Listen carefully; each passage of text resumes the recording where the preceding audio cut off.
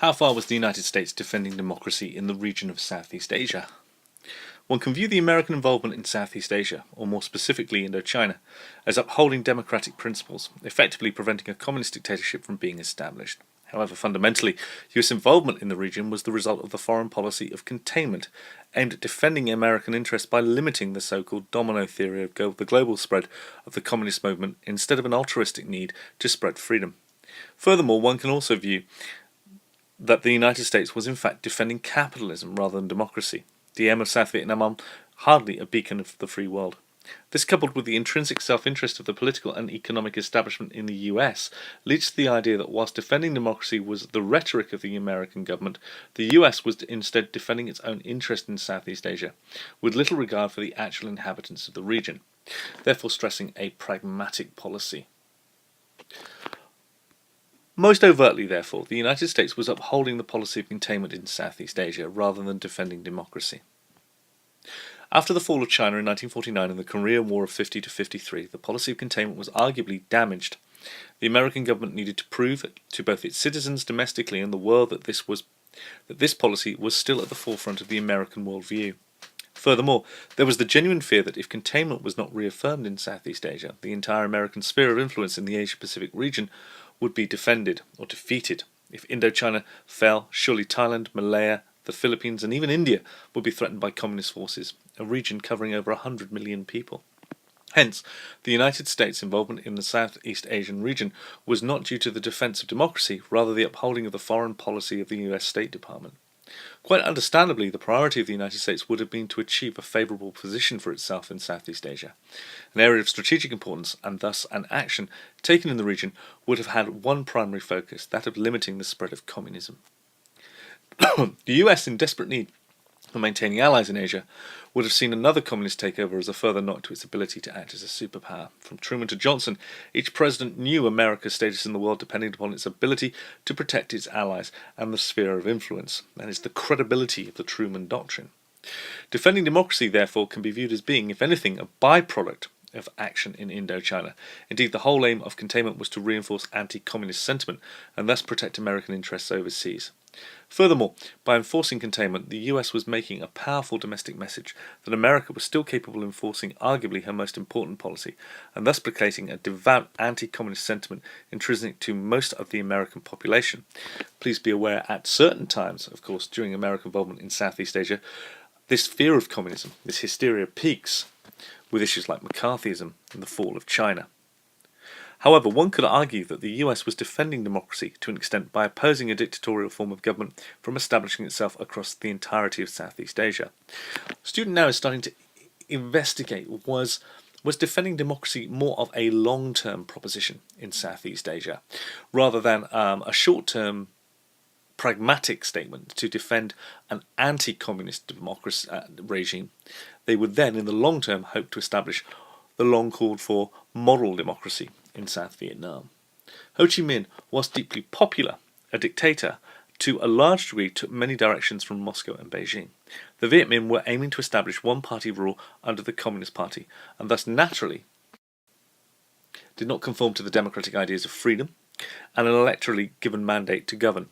Hence, the US can be perceived to be defending democracy in the Southeast Asian region due to their opposition to an essentially undemocratic movement. To the American people at least, the actions of the US government were preventing the fruition of yet another totalitarian state.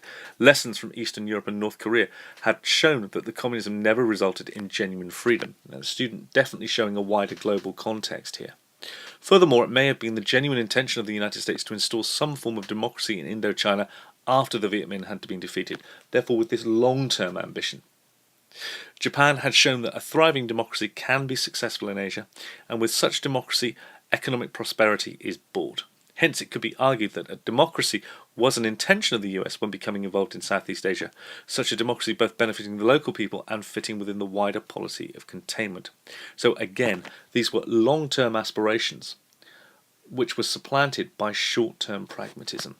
Let's deal with Diem, let's support him, at the very least he's anti-communist. We can deal with his lack of democratic principles later, once communism is contained.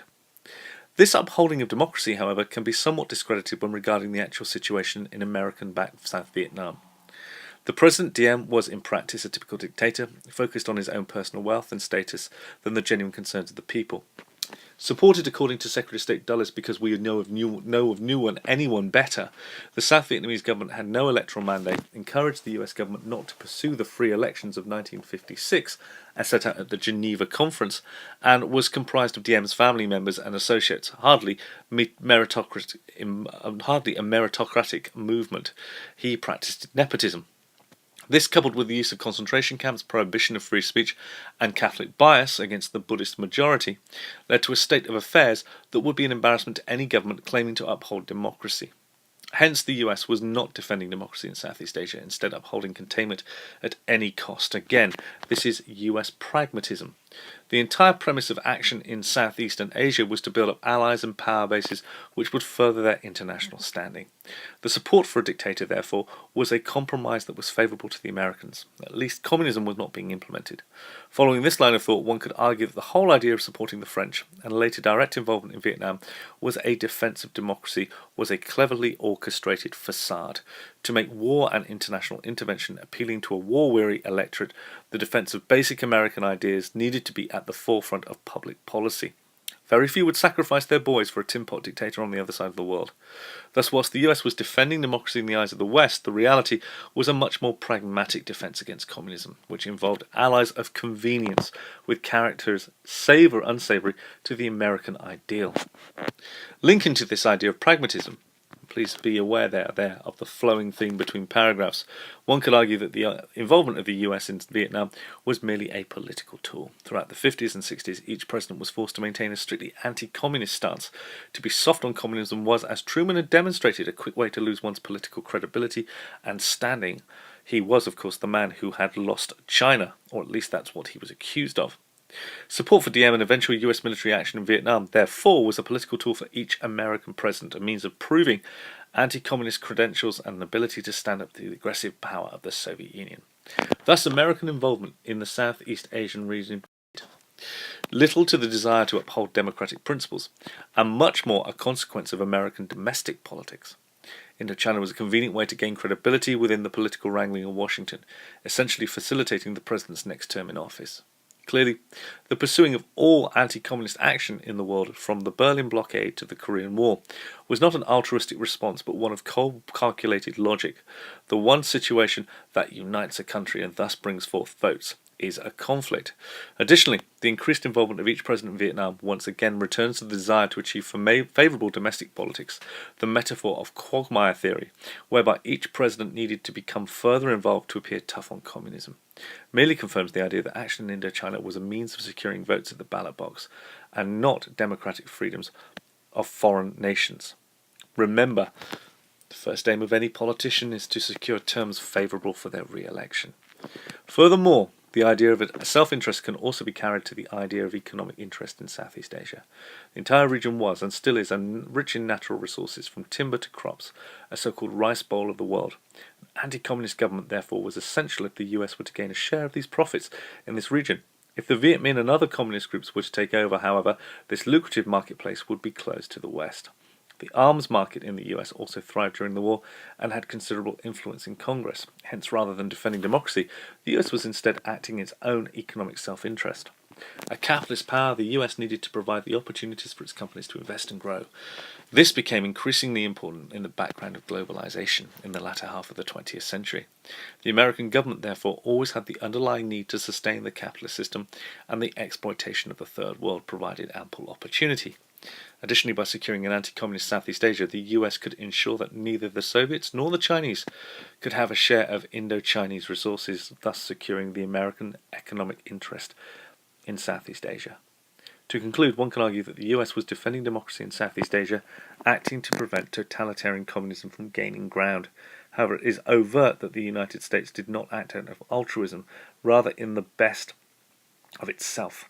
Most apparent in this was the reaffirmation of policy of containment, which is further substantiated by the support of Diem, an ally of convenience, as demonstrated subsequently by his removal by Kennedy when he became incompatible with maintaining domestic support at home. Furthermore, domestic political and economic interest also played a part, massively persuasive to a president considering his action in Asia. Hence, whilst the US may have established the defence of democracy as one of its aims, politics and economics played a much greater role in the reasoning behind American involvement in the region.